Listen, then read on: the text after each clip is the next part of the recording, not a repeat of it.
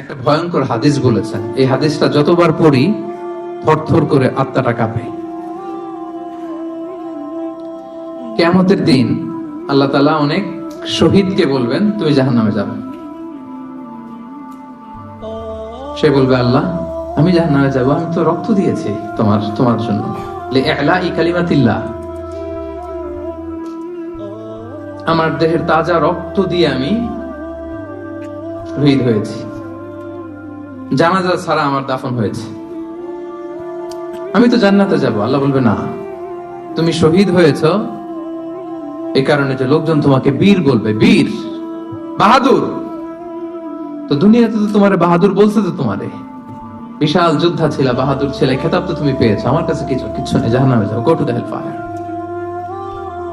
অনেক দানশীলকে আল্লাহ বলবে, জাহান্নামে যাও। সে বলবে, আল্লাহ আমি জাহান্নামে যাব, আমি তো মসজিদ, মাদ্রাসা, এতিমখানা, বৃদ্ধাশ্রম এমন কিছু নাই যে বাকি রাখছি, শত শত মসজিদ আমি করেছি, আমি কেন জাহান্নামে যাব? আল্লাহ বলবে, না, তুমি দান করেছিলে এই জন্য যে লোকজন তোমারে দানশীল বলবে, দানবীর বলবে, আদেম তাই বলবে, ওটা তো তোমাকে বলা হয়েছে, জাহান্নামে যাও, আমার কাছে কি চাও, go to the hell fire. সেদিন আল্লাহ তাআলা অনেক আলেমকে ডাকবেন, অনেক দাঈদেরকে ডাকবেন, অনেক দুআত ইলাল্লাহদের তিনি ডাকবেন।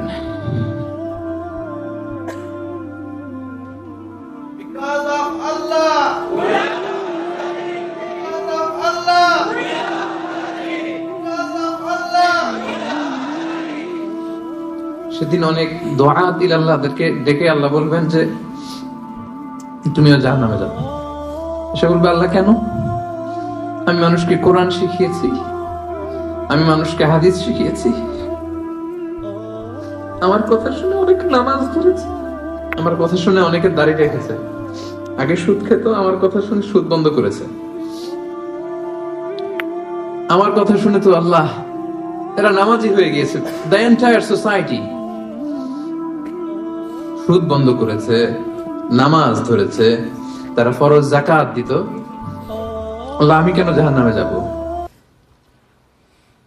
আল্লাহ বলবেন, তুমি এই দাওয়াতি কাজ করেছো, লোকজন তোমাকে বড় আলেম বলবে, লোকজন তোমাকে বড় সেলিব্রিটি বলবে, লোকজন তোমার নামে তাকবীর দিবে, তোমাকে বড় আলেম বলবে, বড় দাঈ বলবে। এটা তো বলা হতো তোমাকে দুনিয়াতে, আল্লামা বলে ডাকা হতো তোমাকে, বাহরুল উলুম বলা হতো তোমাকে, জ্ঞানের সাগর, অনেক বড় দাঈ, অনেক বড় সেলিব্রিটি তোমাকে বলা হতো এই দুনিয়াতে। তো যা চেয়েছো তা তো পেয়েছো, আমার কাছে কি চাও? আমার কাছে তোমার জন্য কিছু নাই, go to the hell fire, তুমি জাহান্নামে যাবে। আল্লাহ ওইরকম আলেম হওয়া থেকে আমাদেরকে তুমি বাঁচাও, ওইরকম দাঈ হওয়া থেকে তুমি আমাদেরকে বাঁচাও। আল্লাহ লোক দেখানো মানসিকতা, এই শখ থেকে আল্লাহ তুমি আমাদেরকে হেফাজত করো। তাহলে 4 নম্বর যে রোগ আমরা চিনে ফেলছি না, এটার নাম কি? রিয়া। নামাজ পড়তেছি, মানুষ আমার বড় মুসল্লি বলে, হজ করে আসছি যেন আমার নামের আগে আলহাজ লাগায়, যাকাত দিচ্ছি, যাকাতের শাড়ি লুঙ্গি, দানবীর, শিল্পপতি, এটা যেন বলে, জিহাদের ময়দানে গিয়েছি, ইসলামের জন্য মিছিল দিচ্ছি, যাতে মিডিয়াতে আমাকে সবার আগে দেখা যায়। আল্লাহ বলবে, go to the hell fire, জাহান্নামে যাও। এগুলো একটাও আমার জন্য করো নাই, তুমি যা চেয়েছিলে দুনিয়াতে তুমি সেটা পেয়েছো, আমার কাছে কি চাও? কিচ্ছু নাই আমার কাছে তোমার জন্য, যাও। আল্লাহ এরকম দানশীল হওয়া থেকে, এরকম আলেম হওয়া থেকে, এরকম বীরত্ব দেখানো থেকে আল্লাহ তুমি আমাদেরকে হেফাজত করো। আল্লাহ রিয়া থেকে আমাদের এই কলবটাকে তুমি মুক্ত করো। আল্লাহ আমরা যা করব কেবলমাত্র শুধুমাত্র তোমার সন্তুষ্টির জন্য, তোমাকে দেখানোর জন্য যেন করতে পারে। আল্লাহ তুমি তৌফিক দান করো। তাহলে 4 নম্বর রোগটা চিনতে পারছেন প্রিয় ভাইরা? কি নাম এটার? আলহামদুলিল্লাহ, এই তো বুঝে ফেলতেছেন। তাহলে আজকের এই প্রোগ্রাম থেকে আমরা এই রিয়া বা লোক দেখানো মানসিকতা, এটাকে না বলে দিব। কি বলেন? আজকের এই প্রোগ্রাম থেকে আমরা সবাই রিয়াকে কি বললাম? তাহলে প্রথম রোগের নাম ছিল কি ছিল? কপটতা। দ্বিতীয় রোগের নাম অহংকার। তৃতীয় রোগের নাম, চতুর্থ রোগের নাম বাংলায় বলেন লৌকিকতা, লোক দেখানো মানসিকতা। রাইট। সব শেষে হচ্ছে 5 নাম্বার রোগের নাম হচ্ছে সুউদ্দন, মন্দ ধারণা। অন্যের ব্যাপারে মন্দ ধারণা করা, বাজে ধারণা, নেগেটিভ অ্যাজাম্পশন, সবসময় একটা নেগেটিভ চিন্তাধারা।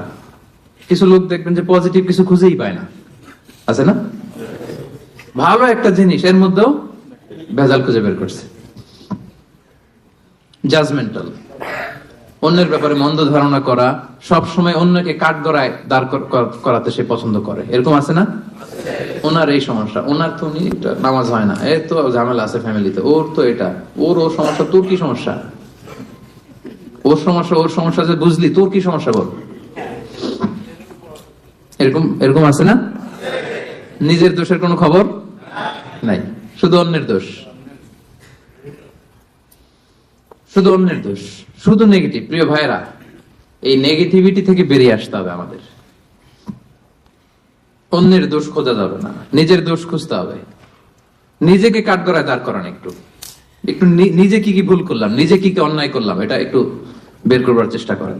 নিজেকে কাঠগড়ায় দাঁড় করান। আমরা এই ভুলটা করে ফেলে, আমরা নিজেকে কাঠগড়ায় দাঁড় না করিয়ে কি করি? হ্যাঁ, কি সুন্দর, হি ইজ দা জাজ, সে জাজ করবে, সে জাজের চেয়ারে বসছে, তার দায়িত্ব দেওয়া হয়েছে, এবার সে এই তোমার এই সমস্যা, এই সমস্যা, এটা ওইটা।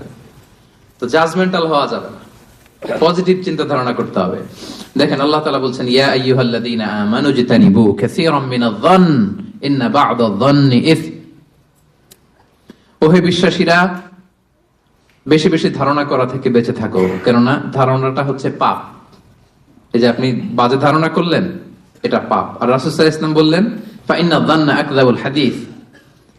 এই ধারণা করাটা এটা হচ্ছে মিথ্যা কথা, অধিকাংশ ধারণা এটা মিথ্যা হয়। ওয়া ইন্নায-যন্না লা ইউগনি মিনাল হাক্কি শাইআ। ধারণা কখনো সত্যের বিকল্প হতে পারে না, কখনো বিকল্প হতে পারে না। এজন্য আপনি বাজে ধারণা করবেন না। ধারণা করতে হলে সুধারণা করেন। ধারণা করতে হলে কি ধারণা করবেন? হঠাৎ দেখলেন যে ওদিকে আজান হইতেছে, বসে আছে, এই নামাজ পড়ে নাই, কোথায় নামাজ পড়েই না, ওর যে কি সমস্যা আছে আপনি জানেনই না, হতে পারে না? কি রে নামাজ পড়লো না? সে হয়তো মুসাফির, সে কি, সে তো জমা কসর করার অনুমতি তো, ফ্লেক্সিবিলিটি তো শরীয়ত দিয়েছে, ঠিক কি না? বোন একটাকে দেখছেন নামাজ পড়ে নাই, ধারণা করে নিতে তো বেনামাজি, এর বউ তো নামাজ পড়ে না, এরকম বলে না? হয়তো মেনস্ট্রুয়েশনাল পিরিয়ড চলছে, তার পিরিয়ডের কারণে তো সে নামাজ পড়তে পারবে না। আপনার বন্ধুকে দেখলেন বোরকা পরা এক মহিলার সাথে যাচ্ছে, দিক দিয়ে একটা মেয়ের সাথে, ইয়াং বোরকা পরা, এই তো বাজে ধারণা শুরু, মামাই তো একেবারে কাজ করে ফেলাইছে। হ্যাঁ বলেন এরকম, মামাই তো একেবারে কাজ বানাই দিচ্ছে। আল্লাহু আকবার। এই যে আপনি ধারণা করলেন, আপনার গুনার পাল্লাটা ভারী করলেন। এই মেয়েটা তার আপন বোন হতে পারে কি পারে না? আসতে বললেন যে পারে কি পারে না? তার আপন ভাগ্নি হতে পারে কি পারে না?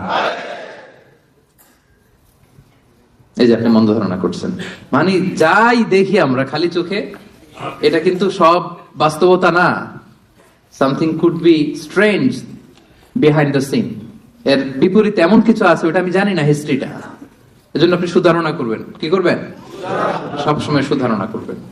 এই মন্দ ধারণা, বাজে ধারণা, অনেকে এরকম কিছু দেখলেই, বিয়ে করার পরে একটা ঘড়ি হাতে দেখলেই এটা বোধহয় যৌতুক দিছে, বোধহয় পুলিশ অফিসার একটা গাড়ি কিনছে বা ফ্ল্যাট কিনছে, এই তো ঘুষের টাকা দিয়ে বানায় ফেলছে। পুলিশ অফিসার মানেই কি সবাই ঘুষ খায়? ঘুষ খায় একটা বড় সংখ্যক, কিন্তু এখনো অনেক সৎ পুলিশ অফিসার আমার দেশে আছে না? নাই? আছে, এখনো আছে। আপনি মন্দ ধারণা করে গুনার পাল্লা ভারী করবেন না। তাহলে এই মন্দ ধারণাকেও আজকের প্রোগ্রাম থেকে আমরা কি বলে দিলাম? তাহলে 5টা রোগ চিনছেন না? 1 নম্বরে কপটতা, 2 নম্বরে অহংকার, 3 নম্বরে হিংসা, 4 নম্বরে লৌকিকতা, 5 নম্বরে মন্দ ধারণা করা। আচ্ছা ঠিক আছে, এই যে রোগ যে হয়েছে, রোগ নিয়ে বসে থাকা ভালো না, ট্রিটমেন্ট করতে হবে। আসেন চিকিৎসা শুরু করে দিই। 1 নম্বরে চিকিৎসা তাকওয়া, আল্লাহর ভয় লাগবে। এখানে কি লাগবে? আল্লাহর ভয়। আল্লাহর ভয় যাদের হৃদয়ে থাকে তাদের হৃদয় কখনো কি হয় না, পথ ভুলে যায় না।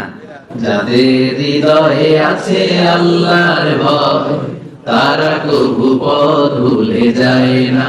আল্লাহর প্রেম ছাড়া এই দুনিয়ায় কারো কাছে কোনো কিছু চাই না। রাতের আধারে যারা সেজদাতে রয় দু চোখের শ্রুতে নদী যেন বয়। ছলনার হাতছানি যতই আসুক পেছনে ফিরে সে তাকায় না। সবাই পড়েন, যাদের হৃদয়ে আছে আল্লাহর ভয় তারা কবু পথ ভুলে যায় না। আল্লাহর কারো কাছে কোনো কিছু চাই না। আলহামদুলিল্লাহ বলেন।